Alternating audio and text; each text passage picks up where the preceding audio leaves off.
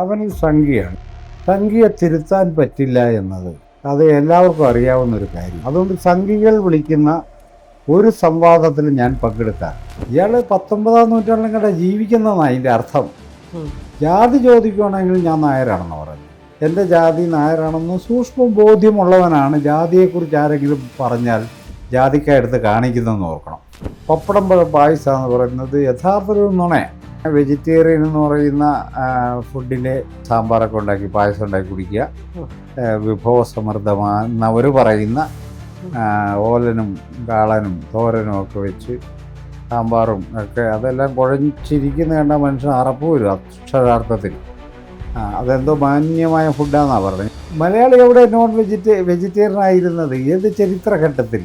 ഒരു ഘട്ടത്തിലും ആയിരുന്നില്ല, ആകാൻ കഴിയുമായിരുന്നില്ല. കേരളത്തിലെ അടുത്ത കാലത്ത് ഏറ്റവും കൂടുതൽ കൂണുപോലെ മുളച്ചു പൊന്തിയ സ്ഥാപനങ്ങൾ ഹോട്ടലുകളാണ്. മലപ്പുറം ജില്ലയിലൊക്കെ ചെന്ന് കഴിഞ്ഞാൽ അവിടെ ഹോട്ടൽ രാത്രിയേ ഉള്ളൂ, പകലില്ല. ഉച്ച കഴിഞ്ഞാൽ ഹോട്ടൽ സജീവമാകുന്നത്, രാവിലെ ഇല്ല. ഇറ്റാലിയൻ ഫുഡ് ഇതാന്ന് പറഞ്ഞാൽ തന്നാൽ എന്ത് വന്നാലും നമ്മൾ ഇറ്റാലിയനാണെന്ന് വിചാരിച്ച് കഴിക്കും. ഇറ്റലി പോയിട്ടുള്ളവന് മാത്രമേ അത് ഇറ്റാലിയൻ അല്ലെന്ന് മനസ്സിലാവുള്ളൂ. ഈ തട്ടിപ്പും വെട്ടിപ്പും എല്ലാം അതിനകത്തുണ്ടെന്ന് വെച്ചോ. ഇവിടെ മീൻ അശുദ്ധ വസ്തുവാന്നൊക്കെ പറയുന്നത് ചുമ്മാ ഊളത്തരം എന്നുള്ള, അല്ലാതെ വേറെ കാര്യമൊന്നുമില്ല അതിനകത്ത്. ചിക്കനുണ്ട് ഇൻ്റർനാഷണൽ ഫുഡിനകത്ത്, ഓലനും തോരനൊന്നുമില്ല. അതൊക്കെ ചുമ്മാ പറയുന്ന മലയാളികളുടെ പൊട്ടത്തരം അതൊക്കെ, മനസ്സിലായില്ലേ? ഞങ്ങളില്ല എന്ന് ഈ പറയുന്നവർ യഥാർത്ഥം പ്രതീക്ഷിക്കുന്നൊരു സിനോറിയോയുണ്ട്. ഞങ്ങളുണ്ടെങ്കിലേ ഹർത്താൽ നടക്കും.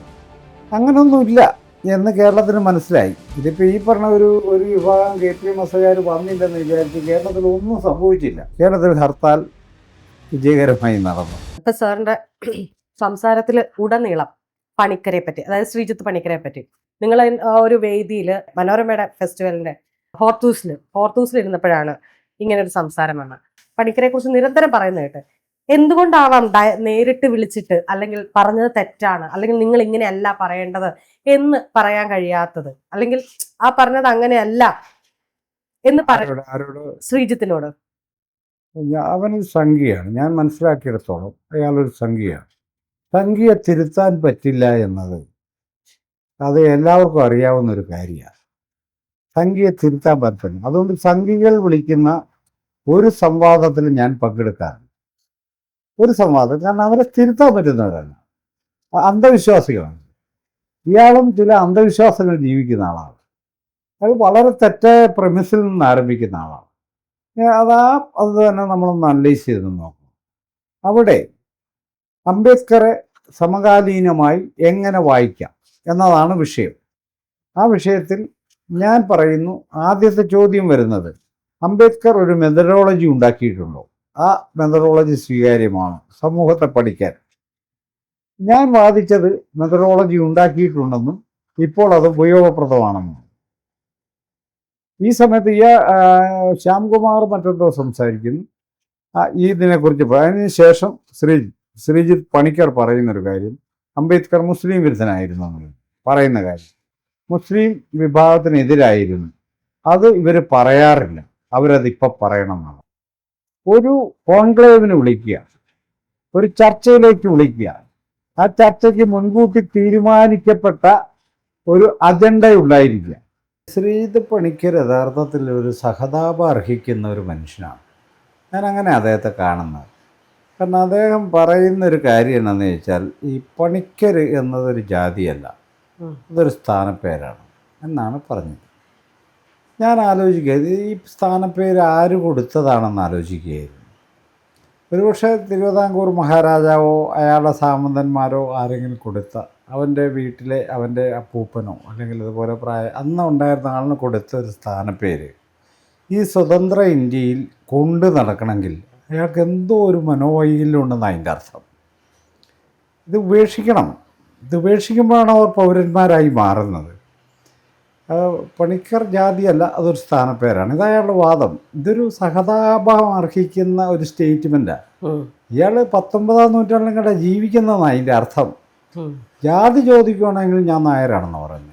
അപ്പോൾ ഇത്രയും സൂക്ഷ്മ ബോധ്യം, പണിക്കർ സ്ഥാനപ്പേരാണെന്നും എൻ്റെ ജാതി നായരാണെന്നും സൂക്ഷ്മ ബോധ്യമുള്ളവനാണ് ജാതിയെക്കുറിച്ച് ആരെങ്കിലും പറഞ്ഞാൽ ജാതിക്കായെടുത്ത് കാണിക്കുന്നതെന്ന് ഓർക്കണം. ഇതിലാണ് അയാളുടെ ഒരു കള്ളത്തരവും കൗശലവും കിടക്കുന്നത്. അങ്ങനെ ഇരട്ട ജീവിതം ജീവിച്ച് നശിച്ചുപോയ സഹതാപാർഹമായൊരു മനുഷ്യൻ അയാൾ. അതിനപ്പുറത്തേക്ക് അദ്ദേഹത്തിന് എന്തെങ്കിലും ഒരു സമൂഹത്തെ നയിക്കാൻ പറ്റുന്ന തരത്തിലുള്ള ഉത്തരവാദിത്തപൂർവമായ ഒരു അന്വേഷണം നടത്തുന്ന ഒരാളല്ല, ആളായിട്ട് എനിക്ക് തോന്നിയിട്ടില്ല. അതുകൊണ്ട് കൂടിയാണ് സൂക്ഷ്മ നിരീക്ഷണത്തിൽ അദ്ദേഹം സംഘികൾക്ക് വേണ്ടി നിൽക്കുന്ന ആൾ കൂടിയാണ്. സംഘികളുടെ ഒരു പ്രത്യേകത, അവരൊരിക്കലും പരിഷ്കരിക്കാൻ തയ്യാറല്ല, അവരുടെ വിശ്വാസത്തെ ഉപേക്ഷിക്കാനും തയ്യാറല്ല. അവരുമായിട്ട് നമുക്ക് സംവാദത്തിൽ ഏർപ്പെട്ട് ഒരു പ്രശ്നവും ലോകത്ത് പരിഹരിക്കാനില്ല. അവരതിന് സന്നദ്ധമല്ലാത്തൊരു സമൂഹമാണ്. അതുകൊണ്ടാണ് അവരുമായിട്ട് നേരിട്ട് ഞാൻ സംസാരിക്കാറ്. ഇത് പറഞ്ഞപ്പം, പണിക്കരുടെ ഇത് പറഞ്ഞപ്പം, ഒരു കേരളത്തിൽ അറിയപ്പെടുന്ന ഒരു എഴുത്തുകാരി ഇതുപോലെ തന്നെ പേര് മുറിച്ച് കളഞ്ഞാൽ പഴത്തിൻ്റെ നടുക്കഷ്ണം മുറിച്ച് കളഞ്ഞ പോലെ ആകുമെന്ന് പറഞ്ഞ ഒരു എഴുത്തുകാരിയൊക്കെ ഉണ്ട് ഇവിടെ. അതുപോലെ അവരിപ്പോഴും ഈ പറയുന്ന എന്താ പറയുക, ആദിവാസികൾക്ക് വേണ്ടിയിട്ടുള്ള ക്രിപ്റ്റാർട്സിൻ്റെ തലപ്പത്ത് തന്നെ ഇരിക്കുന്ന, വർഷങ്ങളായിട്ടിരിക്കുന്ന ഒരു വ്യക്തിയും കൂടിയാണ്. ഈ പറയുന്ന മതവിഭാഗങ്ങളിൽ പെടുന്ന ദളിതർ, മതവിഭാഗങ്ങളിൽ ഇപ്പം അത് ഇപ്പം സണ്ണി സാർ ഉൾപ്പെടെയുള്ളവർ റെപ്രസെൻറ്റ് ചെയ്യുമ്പോൾ ക്രിസ്ത്യാനിറ്റിയിലെ ആവട്ടെ, അതിൽ കൺവേർട്ടഡ് ആയിട്ടാവട്ടെ, ഏതിലെയും കൺവേർട്ടഡ് ആയിട്ടുള്ള മനുഷ്യരെ അല്ലെങ്കിൽ ദളിതർ എന്ന് പറയുമ്പോൾ ഇതിൽ കുറേ ആളുകൾ ഈ പറയുന്ന ചട്ടക്കൂടിൽ വീണ്ടും നിൽക്കുകയും മതത്തിൽ തന്നെ നിൽക്കുകയും ഈ പറയുന്ന ദളിതരെ പോലും തള്ളിപ്പറയുന്ന ആളുകൾ ദളിതർക്കിടയിലുണ്ട്. അവരോട് നമുക്ക് അല്ലെങ്കിൽ എന്താണ് പറയാൻ പറ്റുന്നത്? അതിനകത്തുള്ളൊരു പ്രശ്നം, ഈ ദളിത് ക്രൈസ്തവർ എന്ന വിഭജനം യഥാർത്ഥത്തിൽ സമൂഹത്തിൽ ഒട്ടും പ്രബലമായിരുന്നില്ല. ഇപ്പോഴും സമൂഹത്തിൽ യാതൊരു വിധത്തിൽ അലോസരവുമില്ലാതെ കല്യാണം നടത്തുന്ന വിഭാഗങ്ങളാണ് ദളിതരും ദളിത് ക്രൈസ്തവരും. അവർ നോക്കുന്നത് ക്രിസ്ത്യാനിയാണോ ഹിന്ദുവാണോ എന്നല്ല നോക്കുക, സ്വന്തം ജാതിയാണോ എന്നാണ് നോക്കുക. അപ്പോൾ പുലയ ക്രിസ്ത്യാനി പുലയ ഹിന്ദുവായിട്ട് കല്യാണം കഴിക്കുന്നത് നിഷിദ്ധമായൊരു കാര്യമല്ല, ആർക്കും അലോസരവും ഉണ്ടാക്കത്തില്ല. പക്ഷെ ഒരു ദളിത് ക്രിസ്ത്യാനി ഒരു സുറിയാനി ക്രിസ്ത്യാനി കല്യാണം കഴിച്ചാൽ അത് പലർക്കും അലോസരം ഉണ്ടാക്കുന്നൊരു കാര്യമാണ്. കാസ്റ്റ് അലോസരം ഉണ്ടാക്കുന്നൊരു ഇൻസ്റ്റിറ്റ്യൂഷനാണ്, മനുഷ്യന് അലോസരം ഉണ്ടാക്കുന്നൊരു ഇൻസ്റ്റിറ്റ്യൂഷൻ. അപ്പോൾ യഥാർത്ഥത്തിൽ ഈ പറയുന്ന വിഭജനം, ദളിത് ക്രിസ്ത്യൻ വിഭജനം 60കളിലോ 70കളിലോ 80കളിലോ കാര്യമായ ഒരു സാമൂഹിക പ്രശ്നമായിരുന്നില്ല. ഹിന്ദുത്വ രാഷ്ട്രീയം ഇന്ത്യക്കകത്ത് ശക്തിപ്പെടുന്നതിൻ്റെ ഭാഗമായിട്ടാണ് ദളിതർക്കിടയിലെ ഹിന്ദുക്കളെന്ന് സ്വയം വിചാരിക്കുന്നവർ ക്രിസ്ത്യാനികളെന്ന് സ്വയം വിചാരിക്കുന്നവരും തമ്മിലുള്ള ഒരകലം വർദ്ധിക്കുന്നത്. അപ്പോൾ ഈ ഹിന്ദുക്കളെന്ന് സ്വയം വിചാരിക്കുന്നൊരു പ്രശ്നം അവർ ഹിന്ദുക്കളല്ല എന്നവർക്ക് മനസ്സിലാവുന്നില്ല. അവർ ഹിന്ദുക്കൾക്കകത്ത് അവഗണിക്കപ്പെട്ട ജാതികളാണ്. സ്റ്റേറ്റാണ് ഇവരെ ഹിന്ദു എന്ന് വിളിച്ചത്, മറിച്ച് ബ്രാഹ്മണ മത വിഭാഗങ്ങളല്ല ഇവരെ ഹിന്ദു എന്ന് വിളിച്ചത്, സ്റ്റേറ്റാണ് വിളിച്ചത്. ഇവരെ ഹിന്ദുവിലേക്ക് ഉൾപ്പെടുത്തിയത് സ്റ്റേറ്റാ. അല്ലാണ്ട് അന്ന് നിലനിന്നത് ബ്രാഹ്മണ മതവിഭാഗങ്ങളോ അവരുടെ ടെക്സ്റ്റുകളോ അല്ല ഐത്തജാതിക്കാരായിട്ടുള്ള വിഭാഗങ്ങളെ ഹിന്ദുക്കളായി പരിഗണിച്ചത്. ഇന്ത്യൻ ഈ പറയുന്ന 50ലെ പ്രസിഡൻഷ്യൽ ഓർഡറിനകത്താണ് ഇവരെല്ലാം ഹിന്ദുക്കളാണെന്നുള്ള സംഭവം സ്ഥാപിക്കപ്പെടുന്നത്. ഹിന്ദുക്കൾക്ക് സംവരണം കൊടുത്താൽ മതി, ബാക്കി ആർക്കും കൊടുക്കേണ്ടെന്ന് തീരുമാനിക്കുന്നു. അപ്പോൾ ക്രിസ്ത്യാനിയാണെന്ന് സ്വയം വിചാരിക്കുന്നതിന് ഇതേ ക്രൈസിസ് ഉണ്ട്. ക്രിസ്തു മതത്തിലേക്ക് പോയി അതോടുകൂടി അവൻ്റെ ജാതി ഇല്ലാതായി എന്നൊക്കെയുള്ള വ്യാജ്യമായ കഥകൾ RSS പ്രചരിപ്പിക്കുന്നുണ്ട്. അതാണ് ഈ ഹിന്ദു പട്ടികജാതി സംഘടനകൾ ഏറ്റെടുത്ത് പറയുന്നത്. സത്യവുമായി ഒരു ബന്ധമുള്ള കാര്യമല്ല. ഇവരവിടെ ചെന്ന് സുറിയാനി ക്രിസ്ത്യാനികളുമായി ലയിച്ചു ചേർന്ന ക്രൈസ്തവ വിഭാഗവുമല്ല. അത് മനസ്സിലാക്കാനും പ്രവർത്തിക്കാനും അവർക്ക് കഴിയുന്നില്ലായിരിക്കും. പക്ഷെ നമ്മളത് മനസ്സിലാക്കണം. അപ്പം ഈ ഹിന്ദു ക്രിസ്ത്യൻ തർക്കം ദളിതർക്കിടയിൽ ഉണ്ട് എന്നുള്ളത് വളരെ വ്യാജ്യമായ ഒരു നിർമ്മിതിയാണ്. അതൊരു RSS ഹിന്ദുത്വ ഫോഴ്സിൻ്റെ ഒരു നിർമ്മിതിയാണ്. അപ്പോൾ ഞങ്ങളെല്ലാം ഇവിടെ ഈ അടിച്ചമർത്തലൊക്കെ ഏറ്റ് ഇങ്ങനെ ജീവിക്കുമ്പോൾ നിങ്ങൾ പള്ളിയിൽ പോയി ഈ രക്ഷപ്പെട്ടവരല്ലേ, പിന്നെ എന്തിനാണ് പട്ടിക സ്റ്റാറ്റസ് ആവശ്യപ്പെടുക, ഇങ്ങനെയൊക്കെയാണ് അവർ ചോദിക്കുന്നത്. ഇതിനകത്തൊരു കഥയുമുള്ള കാര്യമല്ല. യഥാർത്ഥത്തിൽ ഇപ്പം റീകൺവേർഷൻ എന്ന് പറയുന്ന ഞാൻ ചെയ്ത റീകൺവേർഷൻ എന്ന് പറയുന്ന സംഭവമുണ്ടല്ലോ, ഇത് റീകൺവേർഷൻ നടത്തി കഴിഞ്ഞാൽ സംവരണം കിട്ടും എന്ന് പറയാൻ്റെ അർത്ഥം എന്നാ? എന്ന് പറയാൻ്റെ അർത്ഥം നീ മർദ്ദക സംവിധാനത്തിലേക്ക് നീ വരുവാണെങ്കിൽ നിനക്ക് സംവരണം തരാന്നാ ഈ പറയണേ. നീ വേറൊരു ലിബറേറ്റീവ് പൊസിഷനിലേക്ക് മാറി നിന്നാൽ, ഉം. ഞാൻ ഹിന്ദു അല്ല, ക്രിസ്ത്യാനി അല്ല, നവ ബുദ്ധനും അല്ലെന്ന് പറഞ്ഞാൽ ഉം. എനിക്ക് സംവരണം കിട്ടത്തില്ല. നീ ഹിന്ദു ആയാൽ ഞാൻ ഹിന്ദു ആയിരിക്കണം, അല്ലെങ്കിൽ നിയോ ബുദ്ധിസ്റ്റ് ആയിരിക്കണം, അല്ലെങ്കിൽ സിഖുകാരനായിരിക്കണം. മുസ്ലിമാണ് ക്രിസ്ത്യാനിയാണെന്ന് പറഞ്ഞാൽ ഇത് കിട്ടത്തില്ല. ഇതിൻ്റെ അർത്ഥം ഹിന്ദു മതത്തിൻ്റെ മർദ്ദക രൂപത്തിലേക്ക് വന്നാൽ മാത്രമേ നിനക്ക് തരുവുള്ളെന്നാണ് എന്നല്ലേ ഈ പറയുന്നതിൻ്റെ അർത്ഥം. അപ്പോൾ ഇത് യഥാർത്ഥത്തിൽ വ്യാജ്യമായ വൈരുദ്ധ്യമാണ്. അത് യഥാർത്ഥത്തിൽ ഉള്ളതല്ല. ഇപ്പോഴും നടക്കുന്നുണ്ട് കല്യാണം ഹിന്ദുക്കൾക്കും ക്രിസ്ത്യാനികൾക്കും ഇടയിൽ നടക്കുന്നുണ്ട്. അതൊരു അലോസരമില്ലാതെ നടത്തുന്നുണ്ട്. ഹർത്താലിന് KPMS പോലത്തെ ഒരു സംഘടന, അതായത് KPMS അത്യാവശ്യം എന്താ പറയാ ശബരിമല പ്രവേശന വിഷയവുമായി ബന്ധപ്പെട്ട് സർക്കാരുമായി കൈകോർക്കുകയും അന്ന് സ്ത്രീകളെ പ്രവേശിക്കാന്നുള്ള സുപ്രീം കോടതിയുടെ വിധിയോട് സ്വാഗതാർഹം ചെയ്ത് KPMSലെ സ്ത്രീകളടക്കമുള്ളവർ മനുഷ്യച്ചങ്ങല തീർക്കുകയും ചെയ്ത സമയത്ത് ഇപ്പം ലാസ്റ്റ് നിതിൻ രാജിന്റെ സമരവുമായി വന്നിട്ട് ഞങ്ങൾ പങ്കെടുക്കില്ല എന്ന് പരസ്യമായി പറയുകയും, എന്നാൽ അതേസമയം ഈ പറയുന്ന KPMSലുള്ള പല ആളുകൾ സംഘടന പറയുന്നത് കേൾക്കാതെ തന്നെ ഈ എന്താ പറയാ ഈ സമരത്തിൽ പങ്കുചേർന്നിട്ടുണ്ട്. എന്തുകൊണ്ടാവാം അവരത്തരം ഒരു നിലപാടെടുത്തത്? അവരുടെ നിലപാടിനെ ധിക്കരിച്ചുകൊണ്ട് എന്തുകൊണ്ടാകാം ഈ മനുഷ്യർക്ക് ജോയിൻ ചെയ്യേണ്ടി വന്നത്? അല്ല, ആ സംഘടന എന്തുകൊണ്ടാണ് ആ നിലപാടെടുത്തത് എന്നത് ആ സംഘടന നേതാവിനോട് ചോദിക്കേണ്ട കാര്യമാണ്. എനിക്കതിന് ഉത്തരം പറയാൻ പറ്റില്ല. അവർ ഈ കാര്യങ്ങളെ വേറെ നിലക്കായിരിക്കും മനസ്സിലാക്കുന്നത്. പക്ഷെ അതിനകത്തുള്ള ഒരു പ്രോബ്ലം ഇത്രയേ ഉള്ളൂ. ഒരു ഹർത്താൽ പ്രഖ്യാപിക്കുന്നു, ഒരു 50-ലധികം സംഘടന ഒരുമിച്ച് കൂടി ഹർത്താൽ പ്രഖ്യാപിക്കും. അതിനു മുമ്പ് തന്നെ ഒരു സംഘടനയുടെ ഒറ്റയ്ക്കൊരു സമരം നടന്നു. ഒറ്റയ്ക്ക് സമരം നടത്തിയ സംഘടന പറഞ്ഞു ഞങ്ങൾ ഹർത്താലിലില്ല, ഞങ്ങൾ പിന്തുണയ്ക്കുന്നില്ല എന്ന്. ഞാൻ അത് പറയാനുള്ള അവകാശം ആ സംഘടനയ്ക്കുണ്ടെന്ന് വിചാരിക്കുന്ന ഒരാളാണ്. അവരങ്ങനെ പറയട്ടെ, അവർ മാറി നിൽക്കട്ടെ, എല്ലാ അവകാശവും ആ സംഘടനയ്ക്ക് കൊടുക്കണം നമ്മൾ. പക്ഷെ പ്രോബ്ലം അതല്ല. ഇത്രയും സെൻസിറ്റീവായൊരു ഇഷ്യൂവിൽ, പ്രതിഷേധാർഹമായൊരു നിമിഷത്തിൽ അതിനെതിരെ ഒരു ഹർത്താൽ കൂട്ടമായി പ്രഖ്യാപിക്കുമ്പോൾ പങ്കെടുക്കാതിരിക്കാം, തള്ളിപ്പറയുകയും ചെയ്യാം. അവിടെ ഉണ്ടായ ഒരു റീഡിങ് എന്ന് പറയുന്നത് ഈ ഞങ്ങളില്ല എന്ന് ഈ പറയുന്നവർ യഥാർത്ഥ പ്രതീക്ഷിക്കുന്ന ഒരു സിനോറിയോയുണ്ട്. ഞങ്ങളുണ്ടെങ്കിലേ ഹർത്താൽ നടക്കൂ. അതാണ്. അങ്ങനൊന്നുമില്ല എന്ന് കേരളത്തിന് മനസ്സിലായി. ഇതിപ്പോൾ ഈ പറഞ്ഞ ഒരു വിഭാഗം KPMSകാർ വന്നില്ലെന്ന് വിചാരിച്ച് കേരളത്തിൽ ഒന്നും സംഭവിച്ചില്ല. കേരളത്തിൽ ഹർത്താൽ വിജയകരമായി നടന്നു. അപ്പോൾ നേരത്തെ പറഞ്ഞ പോലെ ആ സംഘടന തന്നെ കീഴ്ത്തട്ട് ശാഖകൾ ഈ ഹർത്താലിൽ നേരിട്ട് പങ്കെടുത്തു. കാരണം ഇത് കമ്മ്യൂണിറ്റിയുടെ ഒരു അഭിലാഷമായത്. ഇത് തിരിച്ചറിയാനുള്ള ഒരു വിവേകം ആ നേതൃത്വത്തിന് ഇല്ലാത്തത് കൊണ്ട് അവർ ഹർത്താലിനെ തള്ളിപ്പറയുകയാണ്. അത് മനസ്സിലാക്കണമായിരുന്നു. ഞങ്ങളങ്ങനെ പറയാൻ പാടില്ല, ഇതിൻ്റെ കൂടെ നിൽക്കേണ്ടതാണെന്ന് മനസ്സിലാക്കിയിരുന്നെങ്കിൽ അവരെ ധിക്കരിച്ച് അവരുടെ തന്നെ പ്രവർത്തകർ ഹർത്താലിലേക്ക് പോവുകയല്ലായിരുന്നു. ഇപ്പം സംഭവിച്ചതന്നെ നേതൃത്വത്തെ ധിക്കരിച്ച് അണികൾ ഹർത്താലിൻ്റെ കൂടെ നിന്നു. അത് എന്തുകൊണ്ടാണ് ആ തീരുമാനം എടുത്തതെന്നുള്ളത് അവരോട് ചോദിക്കാന്നുള്ളതുള്ളൂ. എൻ്റെ റീഡിങ് അവർക്ക് തീരുമാനം എടുക്കാൻ അവകാശമുണ്ട്. ആ തീരുമാനം അബദ്ധമായി പോയി എന്നുള്ളതാണ് തെളിഞ്ഞൊരു കാര്യം. കുറെ നേരമായിട്ട് നമ്മൾ സംസാരിച്ചപ്പോൾ ദളിതർ, ആദിവാസികൾ എന്ന് പറഞ്ഞു.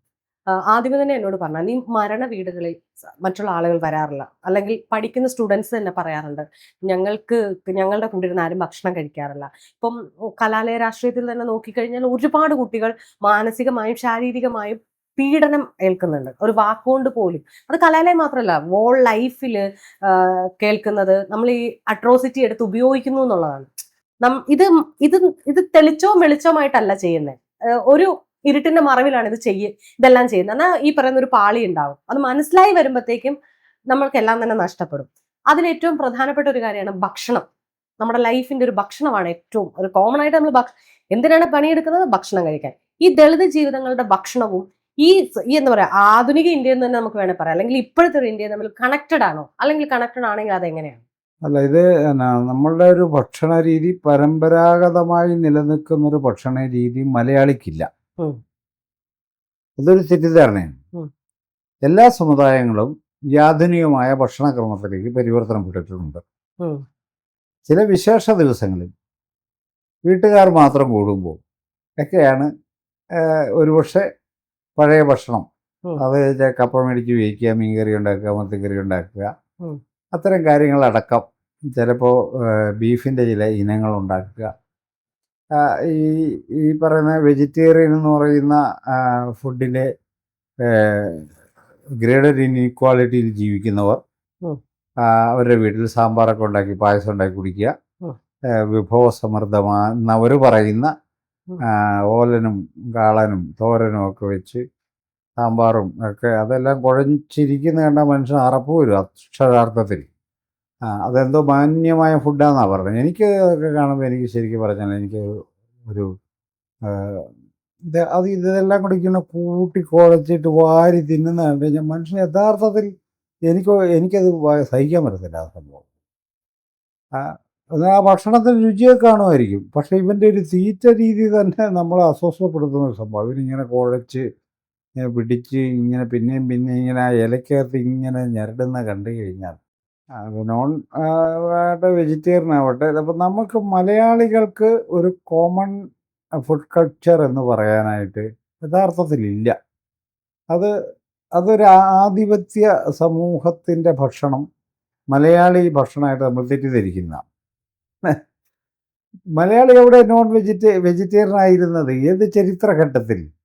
ഒരു ഘട്ടത്തിലും ആയിരുന്നില്ല, ആകാൻ കഴിയുമായിരുന്നില്ല. മലയാളികളിലെ 99% മനുഷ്യരും മീൻ കഴിക്കുന്നവരാണ്. ബീഫ് കഴിക്കുന്നവർ ഒരു 2% കുറവായിരിക്കും. ചിക്കൻ കഴിക്കുന്നവർ ഒരു 2% കുറവായിരിക്കും. പലരും അസുഖം കൊണ്ടൊക്കെയാണ് അത് കഴിക്കാത്തത്. പുറത്തു പോയാൽ ഇവരെല്ലാവരും കഴിക്കുന്നത് ഈ ബീഫും ചിക്കനും ഒക്കെ തന്നെ. വീടുകളിൽ വരുമ്പോൾ മാത്രം വെജിറ്റേറിയൻ ഫുഡ് കഴിക്കുന്നവരുണ്ടാവും.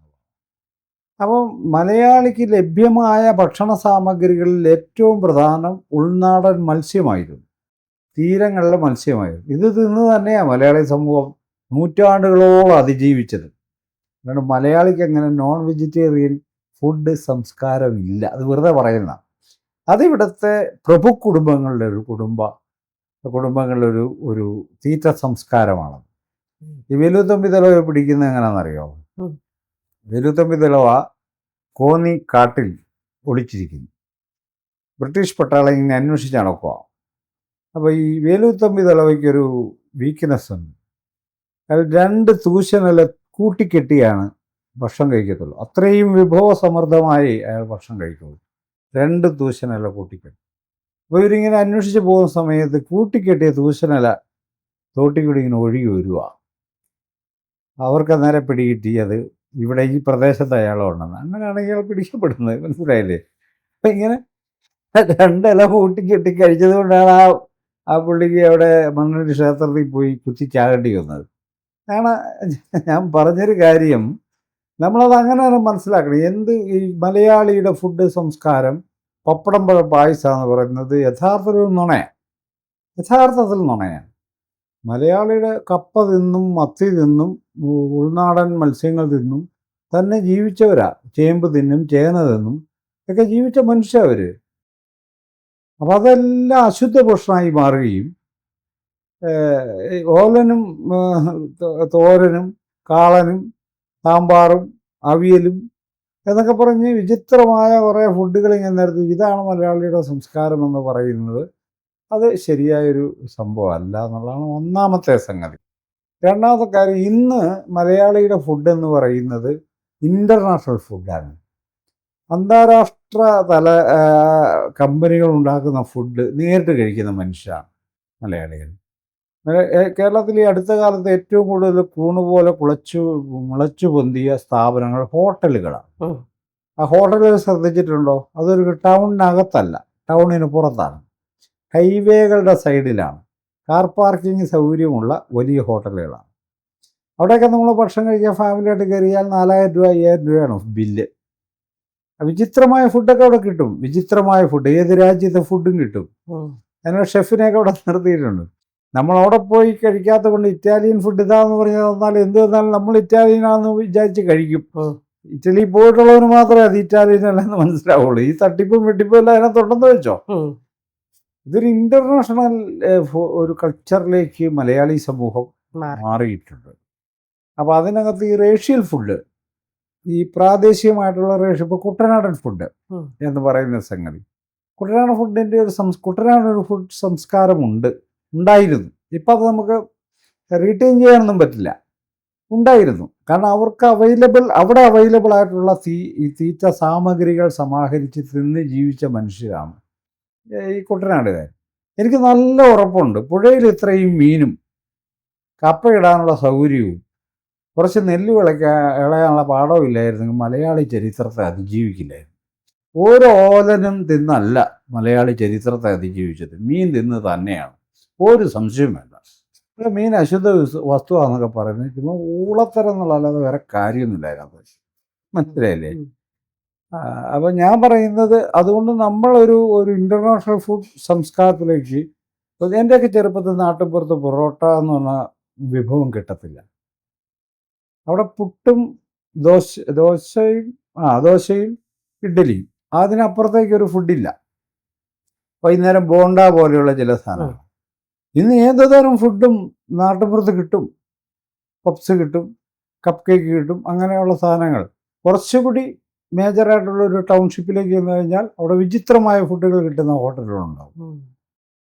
അപ്പോൾ അങ്ങനെ ഒരു പുതിയൊരു ഫുഡ് കൾച്ചറിലേക്ക് ഇപ്പോഴത്തെ സംസ്കാരം നമ്മൾ നോക്കി. ഒരിക്കലും പണ്ടൊക്കെയാണ് നമ്മൾ വീട്ടുകാരെയൊക്കെ വിളിച്ചു വരുത്തി വീട്ടിൽ ഫുഡൊക്കെ ഉണ്ടാക്കി കൊടുക്കുക.